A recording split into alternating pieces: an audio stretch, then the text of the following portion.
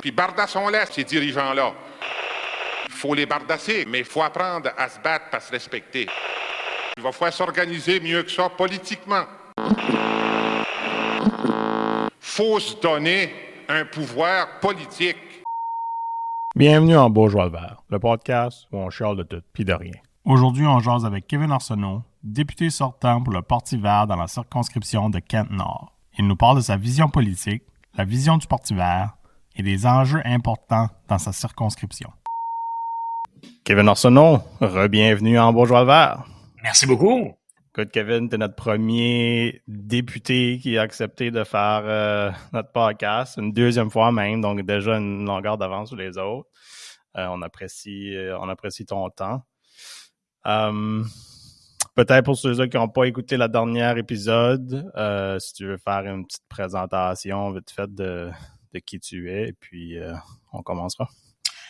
Kevin Arsenault, député de Kent-Nord, le papa à Hugo puis à Aube, le mari à Rebecca. On habite sur la Pleasant Ridge. On a une ferme, la ferme Terre Partagée, qui est en coopérative de travailleurs. Et donc, moi, je suis un membre de cette coopérative-là, malgré que j'y travaille beaucoup moins depuis mon élection en 2018.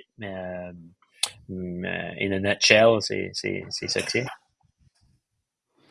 Perfect. Écoute, comme tu as mentionné, député pour Kent-Nord dans le Parti vert, une des questions que j'ai demandé jusqu'à date, c'est pourquoi les candidats choisissent ce parti-là. Toi, obviously, t'es déjà dedans, mais peut-être si tu veux nous faire une petite historique, parce que je sais que pour ceux qui savent pas, t'as un historique, justement, si on veut, avec les libéraux, dans le sens que la première fois, l'investiture, tu avais essayé de faire l'investiture libérale, puis ça n'avait pas marché, ou ils t'avaient pas accepté, ou peu importe.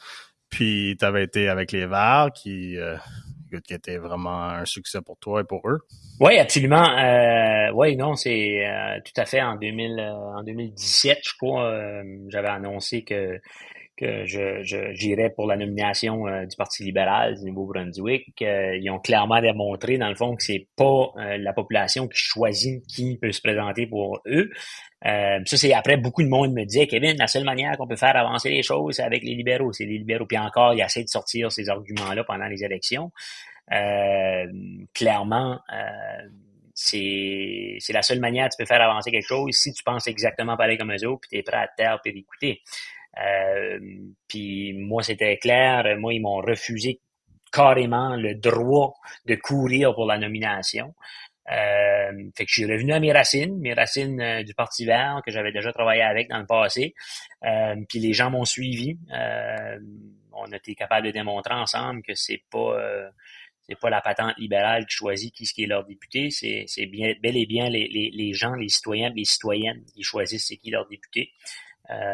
Fait que en 2018, quand j'ai couru pour l'élection en 2018, j'ai réussi à gagner ma première élection, puis en 2020, j'ai été réélu avec un plus haut pourcentage que la première fois. Fait que c'est pas mal comme ça.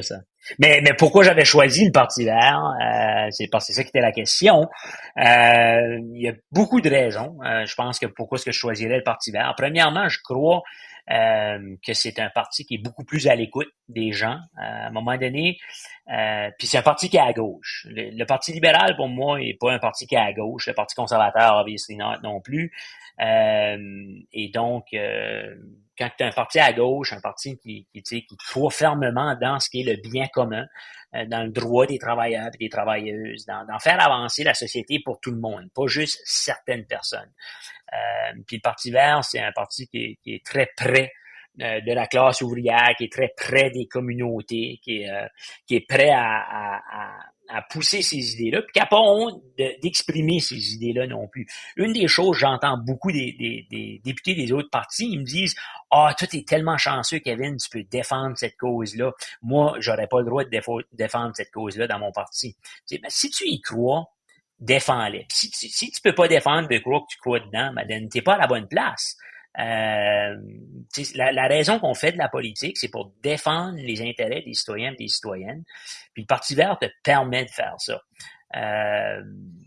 Au niveau des idées aussi, je veux dire, moi je crois énormément dans un parti qui va laisser de l'autonomie à nos communautés. Donc, c'est pas tout qui doit être centralisé à un endroit, puis un programme que tout le monde doit adhérer à partout dans la province. Les choses vont fonctionner différemment dans le comté de Kent que dans le nord du Nouveau-Brunswick, comme dans le Restigouche, ou que dans le sud du Nouveau-Brunswick, comme dans le comté de Charlotte.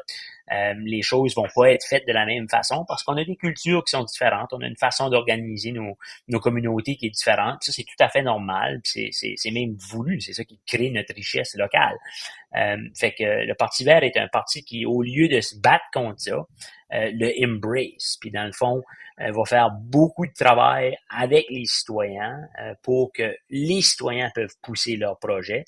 Puis nous, dans le fond, on vient être en appui à tout ça, puis on vient aider à travailler dans le système pour réaliser ces projets communautaires-là, au lieu d'arriver avec des solutions tout cuites, puis dire on va vous imposer ça, puis ça va aller mieux, parce qu'on sait que lorsqu'on perd de l'autonomie locale, on perd aussi comment on pourrait dire là, une façon d'agir. On perd ce que ça nous prend dans une communauté pour faire prospérer notre communauté. Non, c'est des bons arguments. Je trouve ça intéressant parce que écoute, dans ton cas sur circonscription jusqu'à présent, si je me trompe pas, on a vu qu'il y avait un candidat pour le People's Alliance qui est Carole Boudreau. On a vu les conservateurs avec Carl Cosby. Les NPD, j'ai pas vu personne encore. Et puis les libérales qui est Pat Finnegan, où ce que les libérales ont sorti les gros bras, si on veut, ils ont été chercher un ancien ministre fédéral pour te tasser, comme qu'ils avaient dit dans leur post Facebook. Puis je trouve ça drôle que tu mentionnes justement d'être plus proche de la communauté puis être à l'écoute des gens, parce que le slogan à Pat Finnegan, lui, c'est faut que Ken Nord retourne à la table. Ouais. Je sais pas si je suis sûr que tu as des choses à dire là-dessus. Selon toi, pourquoi est-ce qu'ils pensent que les partis verts, on va dire, vous serez pas à la table si les gens t'élisent again, si on veut? Ouais, ben ça revient à l'État ou à cette conception-là de supériorité que les libéraux ont tout le temps eu. Ils pensent que tout leur appartient. Ils pensent que l'Acadie leur appartient. Ils pensent qu'ils sont le seul parti qui peut faire bouger les choses. Puis c'est loin d'être le cas. En fait, moi, je deal avec dans une circonscription qui a été ignorée pendant 40 ans par les libéraux, qui étaient au pouvoir et qui étaient à la table. On fait, tu sais, il y a eu 40 ans de négligence. Quand tu parles avec le monde ici, ça fait des années puis des années, puis moi ça fait 6 ans que je suis là puis que j'essaie de rattraper cette négligence là que les libéraux ont fait, parce qu'ils prenaient la circonscription comme acquis, puis ils se disaient, en fait, moi il y a déjà un ministre libéral qui m'a déjà dit, Kevin, il dit, pour te faire élire, faut bien tu connaisses ton monde, il dit. Et il dit, moi, je le sais, il dit, dans ce village ici, si je mets pas du pave, je me ferai pas réélire. Mais dans ce village ici, à côté, eux autres, tu fais qu'une ligne jaune, puis c'est assez pour eux autres. C'est un parti qui fait des calculs comme ça. C'est pas de la politique. C'est de la politique, si tu veux, textbook. C'est ça qu'ils vont t'apprendre dans certains livres, que la politique, c'est bien comprendre ce que le monde veut puis les donner le strict minimum. Mais pour moi, la politique, c'est pas ça. C'est faire vivre les passions des gens. C'est faire, moi, si le monde arrive avec des projets puis le projet vaut la peine d'être poussé, on va pousser le projet. Si c'est bien pour la communauté, on va pousser le projet. Puis c'est pas moi qui va décider qui va recevoir quoi puis tout ça. Fait que ce que tu veux faire comme député, c'est empowerer ta communauté à en faire plus, parce que ensemble, on peut réussir plus que juste en tant qu'une personne. Fait que ces arguments-là de retourner à la table, ça tombe bien. Là, je suis en train de faire des calculs, là, mais j'ai tous les investissements qu'il y a eu dans la circonscription ici les dernières années. Puis quand on regarde ça, là, ici,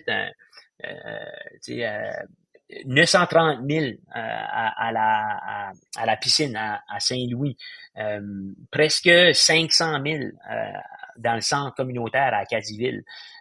On a 184 000 dans le centre communautaire à Pointe-Sapin. C'est des investissements, ça, qui rentrent dans les communautés, que tu sois au pouvoir ou pas. C'est pas ça qui est important. On a besoin d'un député qui travaille, peu importe qui s'y se trouve là. Sincèrement, puis moi je l'entends parce que à notre bureau de circonscription, on reçoit beaucoup d'appels de citoyens de d'autres circonscriptions qui nous appellent puis nous disent on a appelé notre député, c'est un député libéral, puis il dit qu'il est à l'opposition, fait qu'il peut rien faire. Ça, c'est une façon de penser, ça. OK? Puis les députés libéraux, quand ils sont à l'opposition, ils disent on peut rien faire. Mais guess what? Si tu travailles, puis tu fais les appels, puis tu fais les contacts avec les autres politiciens, puis tu parles avec eux autres, puis tu fais les contacts avec les fonctionnaires, puis tu travailles avec eux autres, tu peux quand même faire avancer des choses quand tu es à l'opposition. Fait que moi, c'est ça, dans le fond, que j'offre aux citoyens. C'est peu importe la situation qu'on se trouve dedans, je vais travailler fort. Puis là, en disant ça, l'autre chose que je veux ramener, c'est que un des arguments des libéraux, c'est de dire les Verts pourraient jamais se faire élire comme gouvernement. Ben, guess what? Partout dans le monde, on peut penser à la Nouvelle-Zélande, on peut penser à Grande-Bretagne, on peut penser à l'Allemagne. Tu as des Verts qui commencent à faire partie des gouvernements de plus en plus, partout dans le monde. Même au Canada, on a eu une opposition officielle qui était verte à l'île du Prince-Édouard. De plus en plus, on voit que les libéraux tombent 3e, 4e parti dans certaines provinces. Ça bouge. Je veux dire, à la fin de la journée, n'importe quel parti peut aspirer à prendre le pouvoir. Puis je dirais que right now, nous autres, à 20% des intentions de vote, plus ou moins, dépendamment des sondages, ça, c'est une personne sur 5 au Nouveau-Brunswick qui disent qu'ils vont voter vert. Fait que les chances d'un gouvernement minoritaire sont de plus en plus grandes au Nouveau-Brunswick. Et nous, rien de moins, on se prépare à former un gouvernement vert éventuellement. Et donc, on travaille dans cet objectif-là. Puis que anyone dise qu'on peut pas le faire, et ça c'est les gens du Nouveau-Brunswick qui décideront ça, c'est pas eux autres. Justement, je trouvais, je vais revenir un peu là, sur le slogan, je trouvais ça quand même ironique que c'était ça le slogan, étant donné que j'ai l'impression que la campagne générale et des libéraux est de dire que, justement, tu sais, on a eu le pamphlet là, dans la malle, là, c'est pas les libéraux de votre part, mais tu sais, ils essaient de dire que ce sont pas les anciens libéraux, c'est un changement, on change de gouvernement, on a une nouvelle façon de travailler pour les libéraux, travailler avec tout le monde. Puis ce slogan-là, justement, va à l'encontre de ça, parce que si tu dis que Kent Nord est pas à la table en étant élu Parti vert ou conservateur ou peu importe, ça veut dire que si les libéraux sont au gouvernement, ils vont pas travailler avec vous autres. Mais ça, c'est pas un gouvernement. Ça sonne comme le gouvernement qu'on a ou qu'est-ce que les reproches qu'ils vont faire au gouvernement qu'on a aujourd'hui. Absolument. Puis vraiment, ça va pas avec le reste de la campagne. Je trouvais ça vraiment intéressant que Pat Finnegan avait choisi ça. C'est une vieille façon de faire de la politique. C'est une vieille mentalité. Il y a de moins en moins de gens qui adhèrent à ce genre de politique-là. Écoute, l'Assemblée législative est la table. Et donc, on est à la table. On est à la table. Ça fait 6 ans qu'on est à la table. Ça fait 6 ans que je me lève en chambre pour défendre les causes de Kent Nord. Ça fait 6 ans que je travaille avec des politiciens de toutes sortes de couleurs, puis toutes sortes de, puis des fonctionnaires de tous les départements pour faire avancer les choses de Kent Nord. Puis j'accepte pas non comme une réponse. Fait que quand on fait avancer des affaires, on travaille fort. Puis moi, je le dis tout le temps, la plus grande promesse que je peux faire à mes citoyens, c'est je vais toujours faire de mon mieux. On va tout le temps essayer. Il y a des fois, c'est vrai qu'il y a des choses qui se règlent pas. Mais on va définitivement toujours faire de notre mieux. Puis on va jamais dire, écoute, on n'est pas au pouvoir, on n'est pas capable de rien faire, vous autres. Ça, pour moi, ça, c'est une lâcheté politique au plus haut point. Écoute, si Pat Finnegan accepte notre invitation, on pourra avoir son côté de son slogan, mais justement, comme tu as mentionné, écoute, comme député ou même là, comme candidat, si on veut, le but, c'est de travailler pour sa circonscription, La plupart du monde vont faire du porte-à-porte. Qu'est-ce qui est peut-être les enjeux principaux? Je sais pas s'il y a des enjeux uniques, on va dire, à la circonscription que tu entends ou que tu as peut-être déjà commencé à travailler dessus puis continuer. Oui, absolument. Ben, c'est sûr que moi, là, je me retrouve cette élection ici dans une situation qui est un peu différente, puisque je suis le député sortant. C'est sûr que 2020, j'étais le député sortant aussi, mais 2020 était une drôle d'élection avec la COVID et tout ça. C'était pas je pense pas que c'était une élection qui pourrait être qualifiée de normale. Fait que c'est certain que cette élection ici, moi je rentre avec une différente perspective. Ça fait 6 ans que je travaille avec les différentes communautés sur des projets, faire avancer des choses. Mais nous autres, je veux dire, les grands enjeux qu'il y a dans Kent Nord, on peut penser la crise du logement, puis ça tape les régions rurales d'une façon complètement différente que les villes. Right now, les villes, tu rentres dans les villes, puis oui, il y a des crises de logement, mais tu vois du stuff qui se fait bâtir, tu sais, là.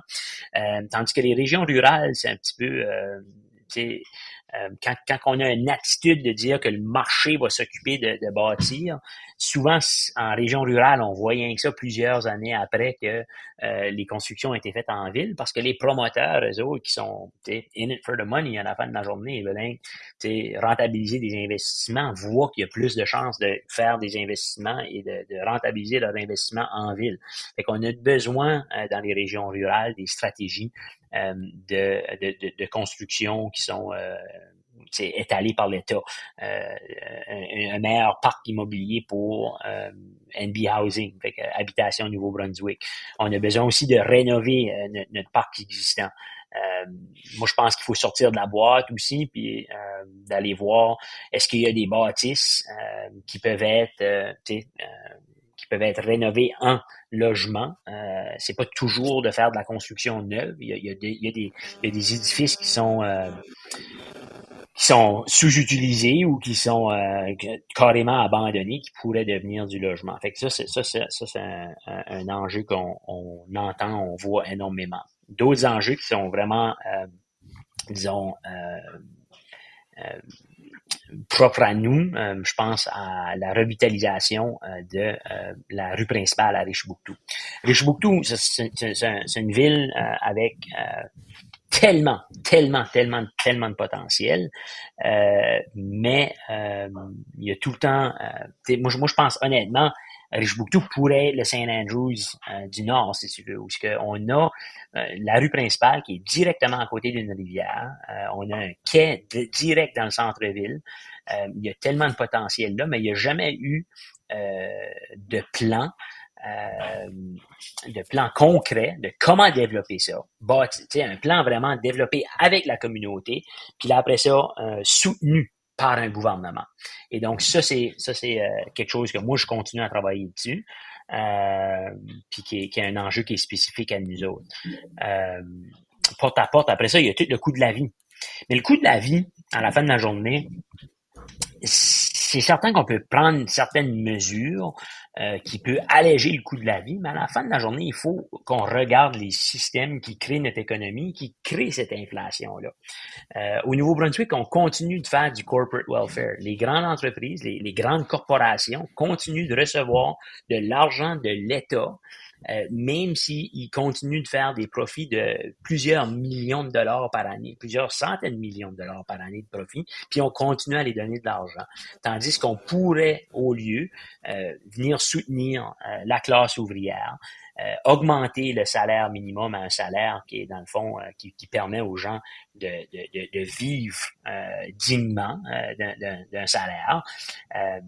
Moi, ça me tanne tout le temps de voir les statistiques qui disent que dans les années 70, un cook qui travaillait au salaire minimum pouvait se payer une maison. Puis aujourd'hui, c'est complètement impossible. Fait qu'on a vraiment perdu un pouvoir d'achat historique pendant des années, puis des années, puis des années, puis des années à cause de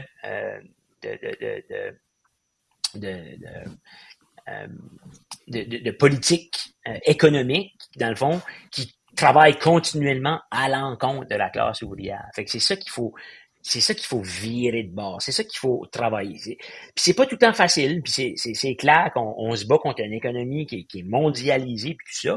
Mais faut arriver avec des solutions puis des propositions qui sont audacieuses, qui dit, écoute, à la fin de la journée, on travaille pour tout le monde ou on travaille pas pour personne en tout. Tu sais, puis moi, c'est ça qui me dérange avec les politiques conservatrices et libérales, souvent, c'est qu'on va favoriser travailler pour les mêmes, les grandes entreprises, les grandes corporations, puis au lieu de vraiment s'attaquer aux entreprises de l'extérieur qui sont en train d'acheter présentement le parc immobilier au Nouveau-Brunswick, puis que les prix des loyers sont partis en flèche à cause que, dans le fond, c'est des fonds de pension de l'Ontario qui sont en train d'acheter des blocs appartements au Nouveau-Brunswick parce qu'ils se disent on va virer un profit là-dessus. Une habitation, c'est un droit humain. C'est un droit fondamental. Puis il y a peut-être des propriétaires de logements qui seront pas contents d'entendre ça, mais à la fin de la journée, il faut se dire les affaires comme qu'ils sont, puis il faut pas shy away des conversations difficiles, mais il faut dire comment est-ce qu'on fait en sorte que les citoyens et les citoyennes du Nouveau-Brunswick peuvent habiter dans une place, puis peuvent l'afforder. C'est que si on n'avance pas tout ensemble en tant que société, tant qu'à moi, on n'avance pas. Fait que à un moment donné, des fois, c'est d'avoir ces conversations difficiles-là. Puis ça, c'est quelque chose que seulement le Parti vert est prêt à faire, c'est d'aller dans ces sentiers non battus-là, puis de dire, écoute, à un moment donné, il faut faire des choix aussi par rapport à nos valeurs, puis pas juste par rapport à, on n'a comme pas vraiment le choix d'aller dans cette direction-là. Le problème du logement est un problème intéressant parce que, il y en a peut-être que c'est parler pour parler, mais il y a beaucoup de monde qui semble de tous les niveaux du spectre politique d'accord jusqu'à un certain point pour dire que, tu sais, le logement, c'est fondamental, c'est un droit, ou, tu sais, ça devrait être un droit ou presque un droit, dépendamment comment loin que tu es sur le spectrum. Mais en même temps, on n'a pas justement les babines ou les bottines qui suivent les babines dans certaines situations. Puis une des choses qu'on mentionne souvent, puis tu l'as mentionné, où ce que les gens ont plus le salaire pour s'acheter une maison. Ou il y a une grosse partie de la population qui a perdu ce privilège-là ou cette opportunité-là, je devrais dire. Mais une chose ici qui diminue avec ça, c'est la portion de la population qui, avant, serait bâti leur propre maison. Va s'acheter un terrain, va se bâtir la maison parce que eux autres, peut-être, avaient plus d'argent ou ça revenait moins cher de la bâtir, qui fait que ça enlevait un peu de stress sur la crise du logement elle-même. Là, ce monde-là, là, ils vont juste acheter déjà une maison achetée, mais on fait comme la chaise musicale, si on veut, quelqu'un vend sa maison, un autre qui rentre dedans. Puis on se tourne juste ou plus vers le privé ou un peu le gouvernement pour bâtir des maisons, ou ce que là, si que la population aurait à nouveau ce pouvoir d'achat-là, ça aiderait de ce côté-là. T'sais. Fait que c'est pas juste monter les salaires minimums des fois pour monter les salaires minimums. Ça a un impact économique beaucoup plus grand que les gens vont se questionner. Mm-hmm. C'est qu'on a enlevé la capacité des gens puis des communautés aussi à travailler. Juste l'exemple du bois, le bois stempé. N'importe quelle construction qui est au-dessus de 600 pieds carrés à cette heure, il faut que ça soit du bois stempé. Mais le monde ne peut plus faire stamper leur bois parce que c'est des grosses compagnies qui gèrent l'étiquette de stampage. Là, fait que mais il y a aucune raison pourquoi est-ce qu'on peut pas redonner ces pouvoirs-là localement pour que les gens puissent continuer à vivre aussi un style de vie qui est dire, écoute, moi on a toutes les ressources qu'on a besoin autour de nous autres, mais on est capable de s'arranger aussi. Mais c'est certain que ça prend aussi un pouvoir d'achat que les travailleurs sont en train de perdre parce qu'on voit clairement, je veux dire, les riches deviennent plus riches, les pauvres deviennent plus pauvres. Fait que, mais ça c'est des politiques économiques qu'il faut arriver à changer à la fin de la journée. Absolument, absolument. Je me demandais, là, jusqu'à présent, vous avez, je crois pas que le Parti vert a sorti toute sa plateforme encore électorale, mais... Non, mais la campagne est même pas lancée. Ouais, c'est ça. J'ai vu comme l'annonce sur l'électricité. Oui. Je sais pas s'il y a des choses comme ça que t'aimerais parler vite fait ou pas trop en donner pour avant que la campagne commence, mais... Ouais, mais non, mais nous autres, en fait, on est tout le temps un des partis. Ben, on a tout le temps été le parti qui lançait sa plateforme avant toutes les autres. Les autres partis ont tendance à attendre à la toute dernière minute pour rendre leur plateforme publique. Nous autres, déjà, on a partagé nos 6 priorités sur les médias sociaux.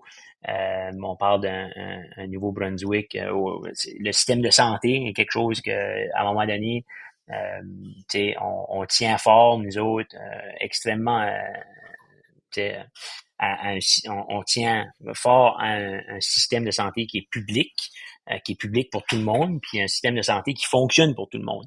Fait que, les libéraux et les conservateurs continuent de privatiser des soins de santé. On peut penser à Medavie, le gouvernement libéral de Brian Gallant avait transféré Medavie au privé. T'as d'autres gouvernements qui ont transféré les ambulances au privé. On voit de plus en plus qu'on va faire affaire avec le privé pour les soins de santé. Ça, c'est quelque chose qu'il faut, à un moment donné. Ça, les données le démontrent. Le plus que tu privatises tes soins de santé, le plus inaccessible que ça devient sur le long terme, puis le moins que ton système public peut fonctionner, parce que le privé, lui, peut se permettre de donner des meilleurs salaires, puis des meilleures conditions de travail à leurs employés. Fait que là, tu as toutes les infirmières ou n'importe quel personnel, dans le fond, qui travaille dans le système de santé, qui quitte le système de santé public pour aller vers le privé. Fait que ça, à un moment donné, il faut rapatrier ça. Il faut dire, écoute, est-ce que c'est une valeur profonde que notre système de santé soit universel et public? Et si oui, ben assumons-les.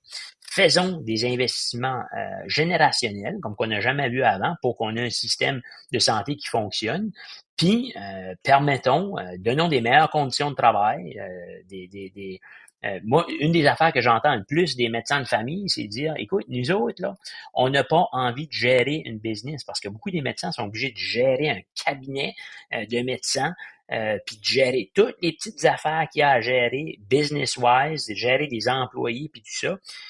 On est des médecins. On a envie de pratiquer, on a envie de voir des patients, on a envie de travailler sur faire sûr que nos patients et nos patientes retrouvent la meilleure santé possible. C'est ça qu'on veut faire, c'est ça qu'on a été traîné à faire, c'est ça qu'on veut continuer de faire. Fait qu'il faut donner ces moyens-là à ces médecins-là de pratiquer la médecine et non de gérer des entreprises privées. Fait que ça, c'est des genres de choses que je pense qu'il faut qu'il faut continuer à pousser. Puis ça, il va y avoir des affaires dans notre plateforme par rapport à ça. Il va y avoir je veux dire, au niveau environnemental, la protection de nos zones côtières au Nouveau-Brunswick. On est une province qui est très, très, très fragilisée par l'érosion côtière. Puis on a encore zéro plan pour contrer l'érosion dans nos communautés. Fait que ça va prendre ça aussi à un moment donné, comme qu'il y a eu, je donne l'exemple, la Louisiane, mais la Louisiane, à un moment donné, c'était dit, écoute, on va mettre sur pied un système de défense de nos côtes. Puis il y avait vraiment, parce qu'avant, c'était laissé au privé, aux fermiers ou whoever, les propriétaires terriens, de gérer leur propre petit morceau de côte. Mais ce qu'on s'aperçoit, puis ça au Nouveau-Brunswick, on le voit souvent, c'est que certains propriétaires fonciers sur le bord de la côte ont les moyens et donc vont faire enrocher leur côte. Ce que ça fait, c'est que ça rend l'érosion sur les terres d'à côté 2 fois pire, 3 fois pire. Fait que les personnes qui n'ont pas d'argent sont en train de perdre plus de leur terrain d'année en année. Fait que ça, à un moment donné, ça va prendre une stratégie qui est provinciale. Puis dire, écoute, on a besoin de faire un effort qui est collectif, de ramener cette notion-là du bien commun, de cette notion-là de dire, si on avance ensemble.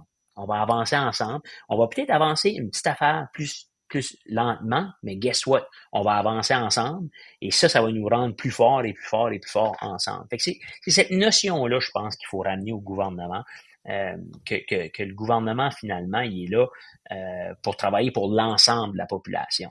Ouais, Simon, dans notre entrevue avec Simon Ouellette, il avait dit pour lui être vert, c'est c'est de prendre, avoir cette prise de conscience sociale-là qui, justement, faut se mettre ensemble, travailler ensemble si qu'on veut sortir du trou qu'il avait dit. Ouais. Puis c'est intéressant parce que c'est quelque chose que ce soit volontaire ou pas, qu'on dirait qu'on s'éloigne de plus en plus, spécialement dans les grosses villes. On a beaucoup plus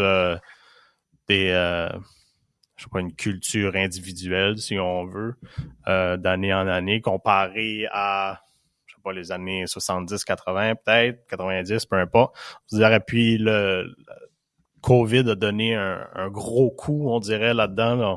Le monde se sont isolés, ont été isolés par choix ou pas par choix, peu importe. Puis ça a vraiment comme changé les dynamiques sociales puis tout ça. Donc, c'est ça. Puis comme tu as dit, dans des enjeux comme ça, souvent, les gens qui ont les moyens vont pouvoir s'en sortir, mais ceux qui l'ont pas ont besoin de l'assistance de quelqu'un du gouvernement, ou peut-être que des fois le voisin est gentil assez pour faire la cour de l'autre ici, mais souvent c'est pas par là qu'on s'en va.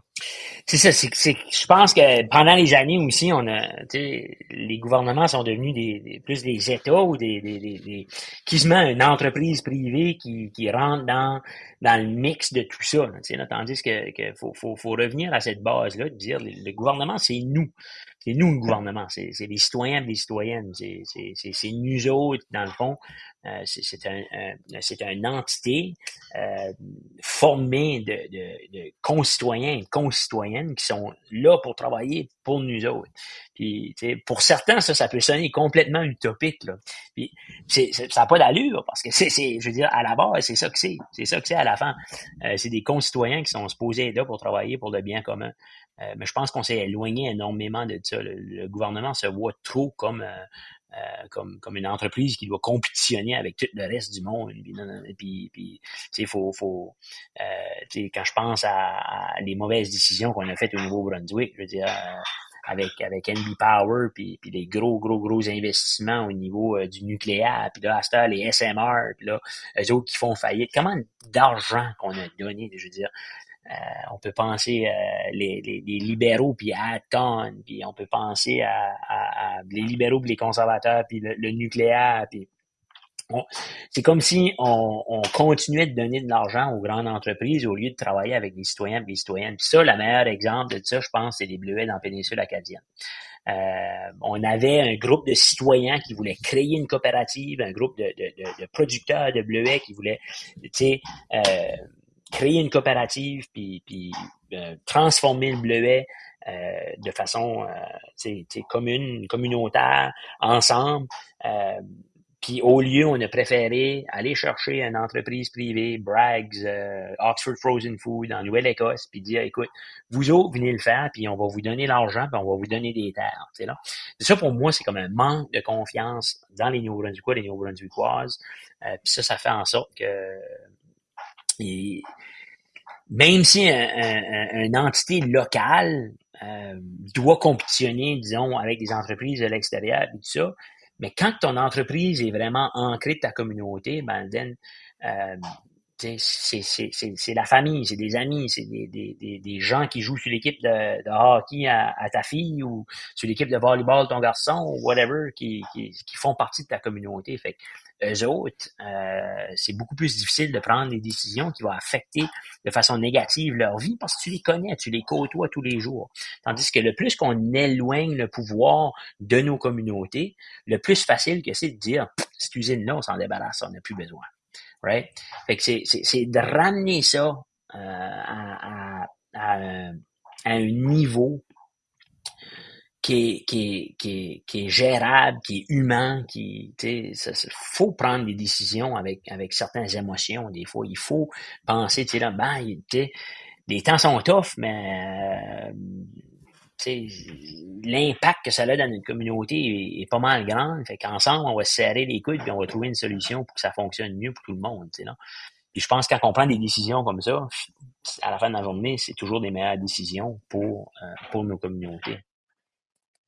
Il faut arrêter, I guess, d'une façon succincte, là, c'est faut arrêter de viser constamment la croissance économique, puis il faut plutôt penser à la prospérité économique. Qu'est-ce qui va nous rendre prospères? Qu'est-ce qui va nous rendre mieux? Puis ça, c'est pas toujours monétairement, c'est aussi au niveau des conditions de travail, c'est au niveau aussi de notre qualité de vie, c'est aussi au niveau de notre autonomie, comment qu'on peut redonner du pouvoir aux citoyens puis aux citoyennes pour que on soit capable, nous autres aussi, de réparer nos affaires, de faire de la mécanique. Mais de plus en plus, notre économie essaie de nous éloigner de ça constamment. Ça devient tellement compétitif que là, on peut plus réparer nos imprimantes, on peut plus réparer nos autos, on devient de plus en plus loin de tout ce qui nous entoure. Et donc, la seule façon de se procurer, peu importe, c'est avec de l'argent. Et donc là, on tombe dans un modèle de croissance économique où il faut toujours courir après plus d'argent pour faire le strict minimum.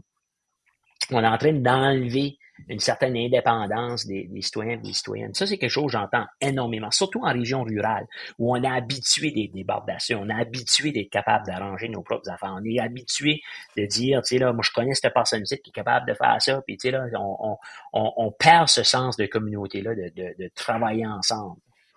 Non, je pense que tu as vraiment amené un bon exemple parce que tu as mentionné, tu sais, c'est pas juste économique, mais tu sais, une coop locale, contrairement à une multinationale ou une autre compagnie qui est en dehors de la province, le salaire de ce monde-là, OK, ça en va pas, mais les profits, on va dire, peut-être que l'organisme ou la compagnie ferait, eux vont être réinvesti essentiellement dans la communauté parce que ce monde-là habite là. Si le gérant de la compagnie il habite d'un autre pays, tout l'argent qui va dans ses poches, lui, il va pas revenir les investir dans la communauté de l'usine de Bleuet ou peu importe qu'est-ce que c'est. Puis ça, c'est un gros impact. Puis, c'est quasiment comme si que ça redonne de la démocratie, si on veut, dans les business locales, dans le sens que, comme tu as mentionné, si que la coop dit « OK, faut fermer », ben, je serais confiant de croire qu'écoute, ils ont travaillé somewhat fort ou assez fort, ou au moins plus fort que la compagnie de l'extérieur pour dire « Ah, écoute, ça coûte juste trop cher, ferme-le, puis whatever ». Il n'y a pas de conséquences. Et si ce monde-là font de quoi qui n'est pas correct, ben, la communauté qui les a supportés pendant les années sont encore là. Ça fait que tu peux pas peut-être bien barrer tes portes le soir ou quelque chose. Tu veux faire sûr de pas trop faire le monde. Puis justement, c'est la communauté que t'aimes, c'est la communauté que tu as grandi dedans. Donc, tu veux faire qu'est-ce que tu peux pour justement pour la prospérité et pas juste l'argent qui va dans leur poche. Puis je pense que c'est quelque chose qui manque à la grandeur de la province, vraiment. C'est comme dans tout. Je veux dire, à la fin de la journée, on peut pas tout mettre nos œufs dans le même panier. Fait que je pense que faut rebalancer les choses, rééquilibrer les choses, puis dire, écoute, il y a plusieurs facteurs qui font avancer nos communautés. Là. C'est pas le système économique, c'est pas la seule façon de faire avancer nos communautés. Les petites moyennes entreprises, ça c'est une des promesses, je te donne en exclusivité, une des promesses qu'on va faire dans notre plateforme. À ma connaissance, on est le seul parti jusqu'à date. Ça se peut une fois que les libéraux entendent ce site en Beaujois-le-Vert, qui vont l'annoncer eux aussi, comme qu'ils font tout le temps, puis ils prennent nos idées. Mais on est le seul parti tout de suite qui promet de baisser le taux d'imposition des petites et moyennes entreprises. Parce que les petites et moyennes entreprises, c'est eux qui font vivre nos économies locales, les coopératives, les restaurants, je pense les débosselats, fait que le premier 700 000 de revenus serait seulement taxé à 1%. Right now, c'est le premier 500 000 est taxé à 2%. Mais nous autres, on va monter ça à 700 000 puis on va baisser ça à 1%.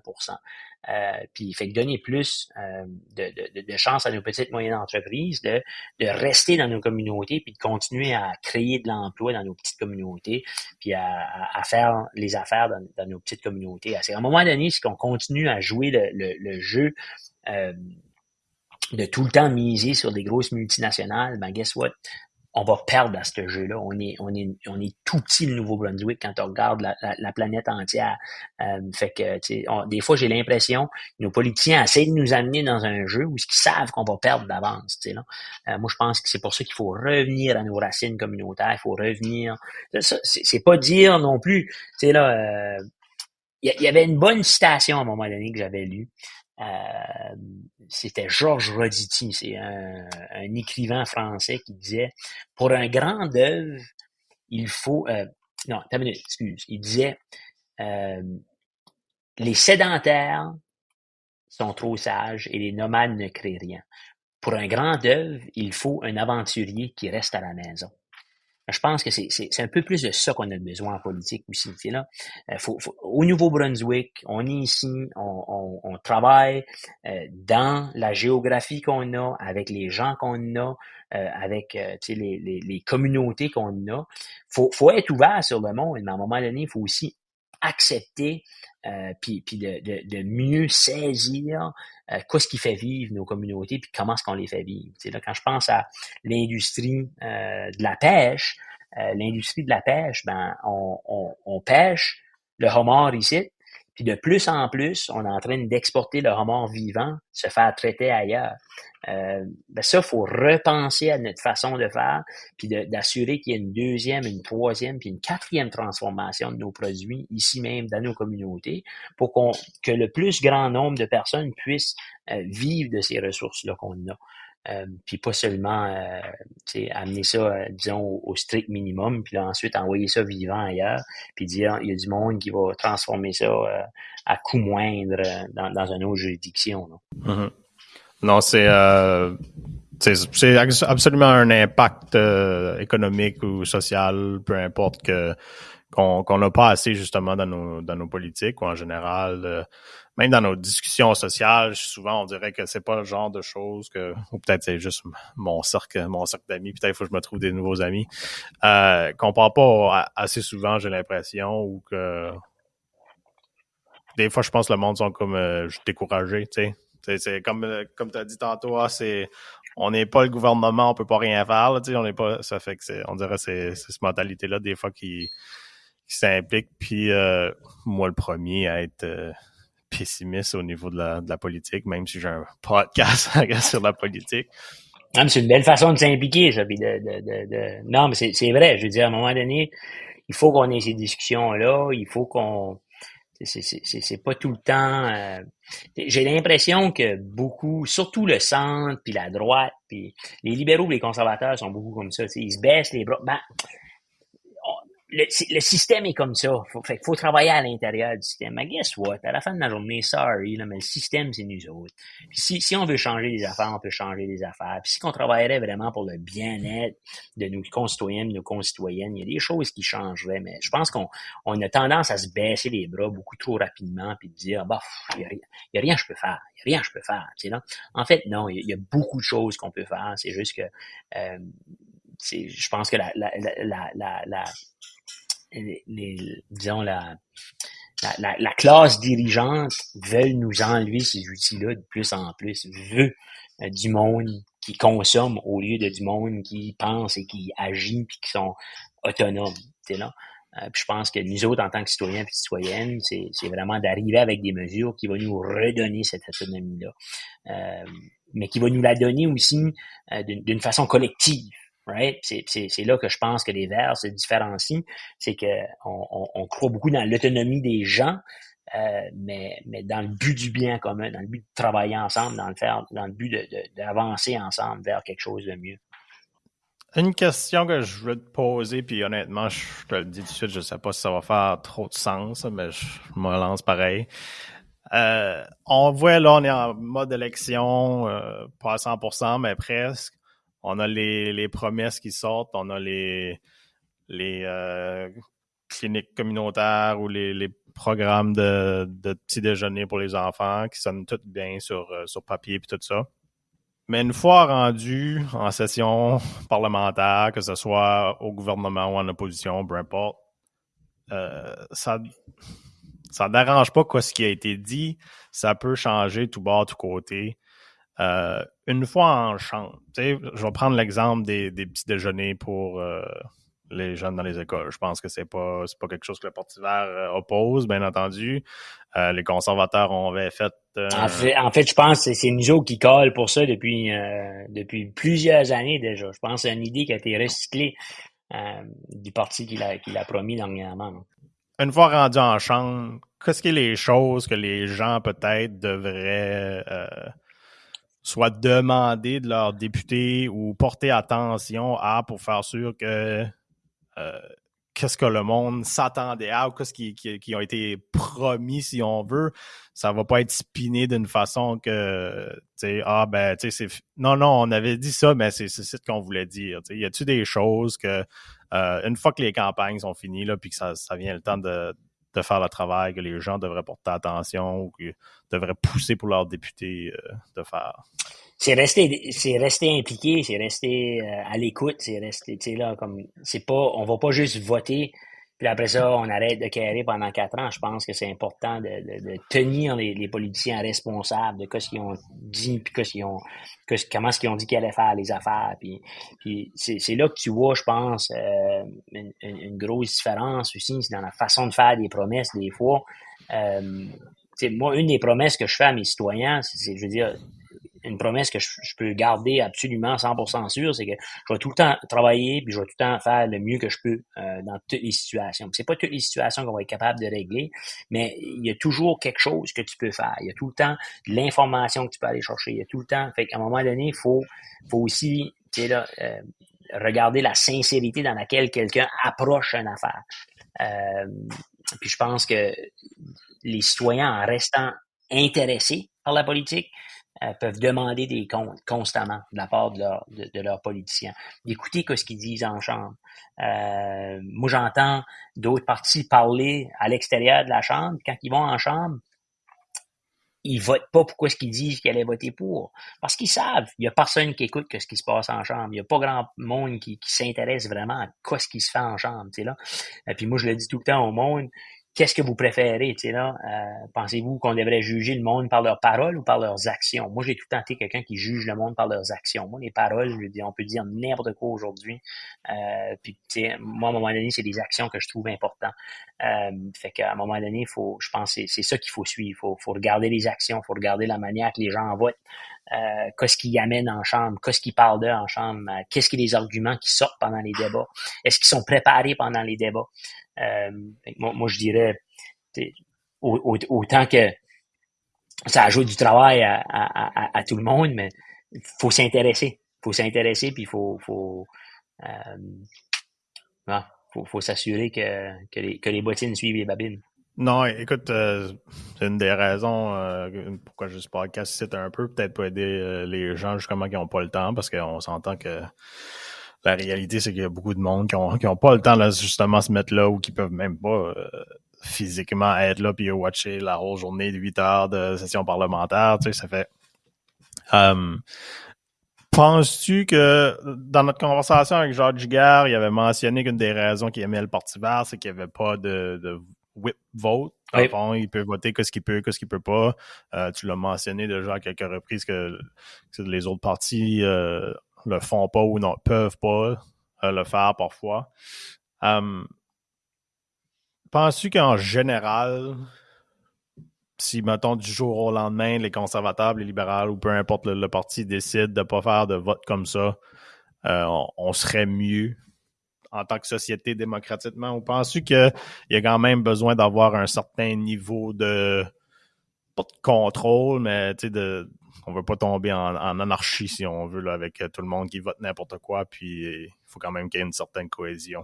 À la fin de la journée, je pense qu'il est important, c'est une décentralisation du pouvoir. Right now, le pouvoir est tellement concentré dans la main du bureau du premier ministre que peu importe qui est là, je veux dire, on a vécu la même affaire avec Brian Gallant. Il y a 6 ans, le monde était écheuré jusqu'à là avec Brian Gallant parce qu'il s'était recorquillé dans son bureau au 6e de Chancery, puis il écoutait personne. Puis c'est la même chose qu'on est en train de dire de Higgs. Là, il est au 6e bureau de Chancery, puis après ça, t'as plein de députés en arrière des autres qui juste, tu sais, là, puis on vote de la manière qu'il nous dit de voter. Fait qu'ils gardons cette majorité-là, malgré que ça va à l'encontre de ce que certains de ces députés-là ont dit qu'ils allaient faire une fois qu'ils étaient en chambre, puis de la façon qu'ils allaient voter. Fait que moi, je pense qu'à un moment donné, oui, on serait mieux en tant que société si on était réellement dans des positions où il fallait négocier entre nous autres pour assurer que le plus grand nombre de citoyens et de citoyennes étaient bien représentés à l'Assemblée législative. Puis ça venait pas juste de une façon de voir les choses, puis une façon de faire. Fait que oui, je pense qu'on serait mieux si on redonnait un pouvoir qui ferait du sens aux députés de tous les partis. Non, écoute, je suis quand même assez d'accord. J'ai l'impression que jusqu'à un certain niveau, la cohésion des certains députés va se faire naturellement. Tu sais, comme tu as dit, si on va négocier certaines choses, OK, je suis d'accord avec ce plan-là pour telle raison. Si ça passe, ça passe, que ce soit tout un parti ou deux partis ou tous les partis qui sont mis ensemble pour tous les différents députés qui sont mis ensemble pour avoir une majorité. À la fin de la journée, je pense que ça fait du sens, mais ouais, c'est ça. C'est juste pas la démocratie qu'on connaît au Nouveau-Brunswick, I guess. Ouais, puis beaucoup de nos démocraties, je veux dire, tu sais, là, je dis,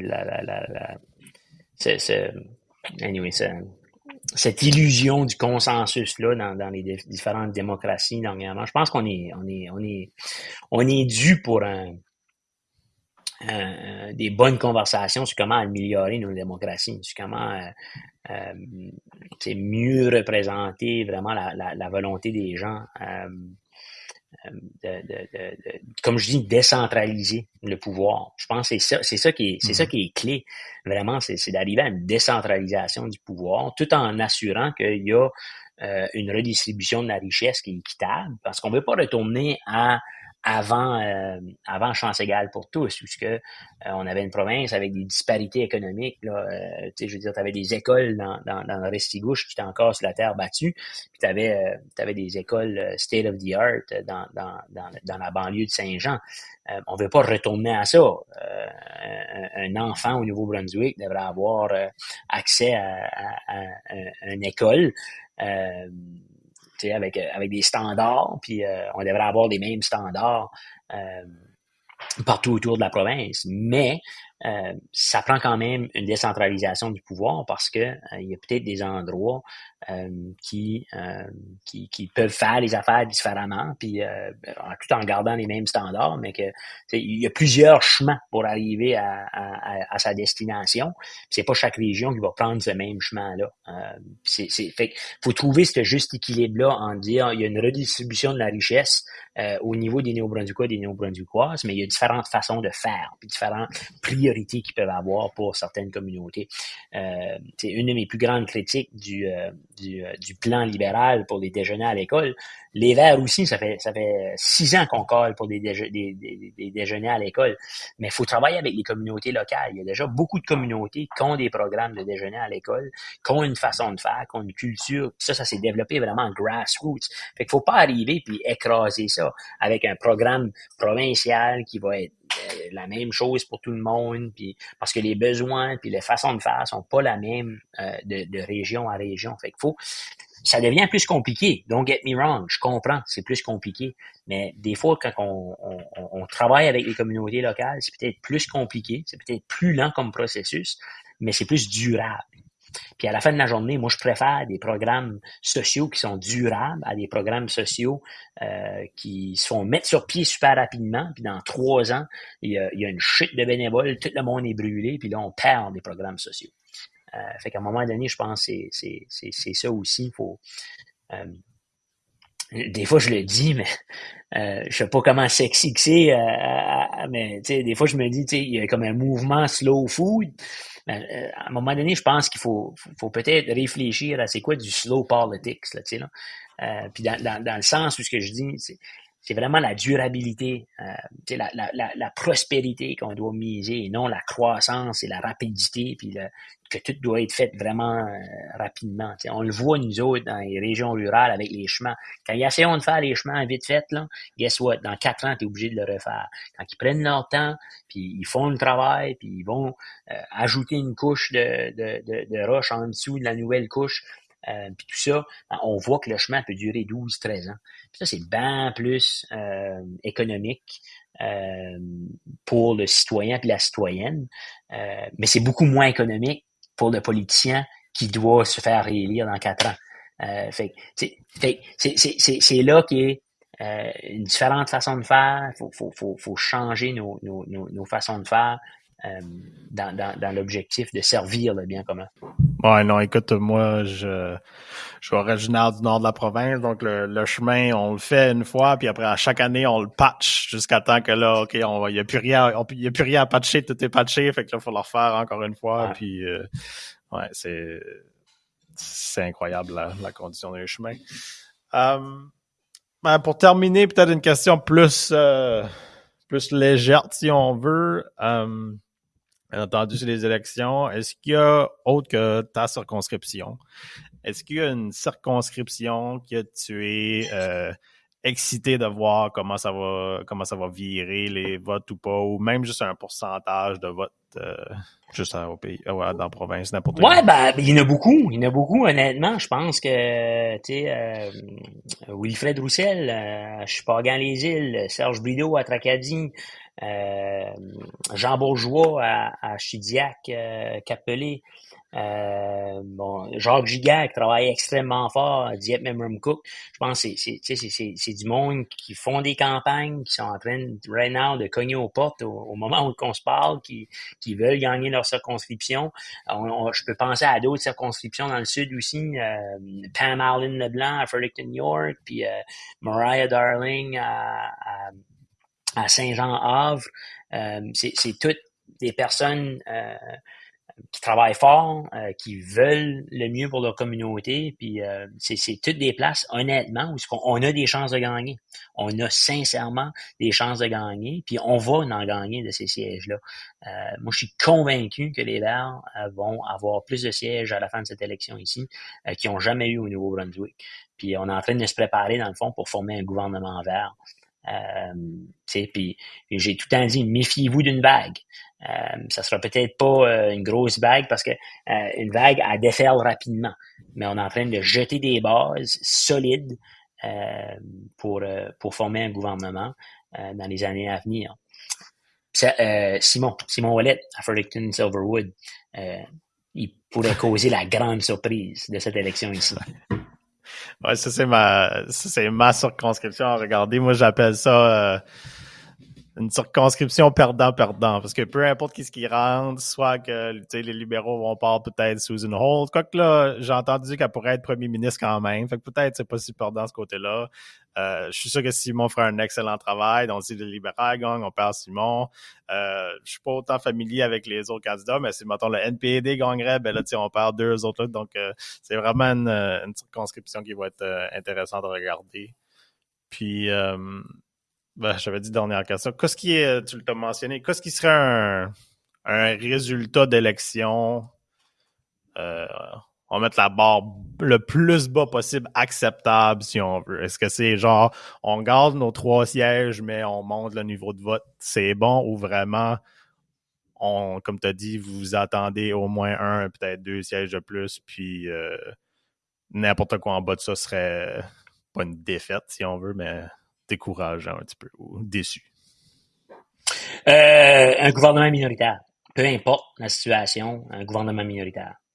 Aucun parti qui détient la majorité du pouvoir au Nouveau-Brunswick. Je pense que ce serait la meilleure chose pour les Néo-Brunswickois et les Néo-Brunswickoises. Puis moi, c'est ça qui m'intéresse. C'est pas mes propres intérêts à moi, à Kevin Arsenault. Ce qui est mieux pour les Néo-Brunswickois et les Néo-Brunswickoises, c'est un gouvernement minoritaire. Fait que c'est ça que je souhaite, peu importe. Kevin Arsenault, encore une fois, merci beaucoup pour avoir venu en Bourgeois-le-Vert, puis on se dit à la prochaine. Avec plaisir. Bye. Pour en savoir plus sur le podcast, suivez-nous sur Facebook, Instagram, YouTube et ex-Twitter, au ABJV. On se voit au prochain épisode.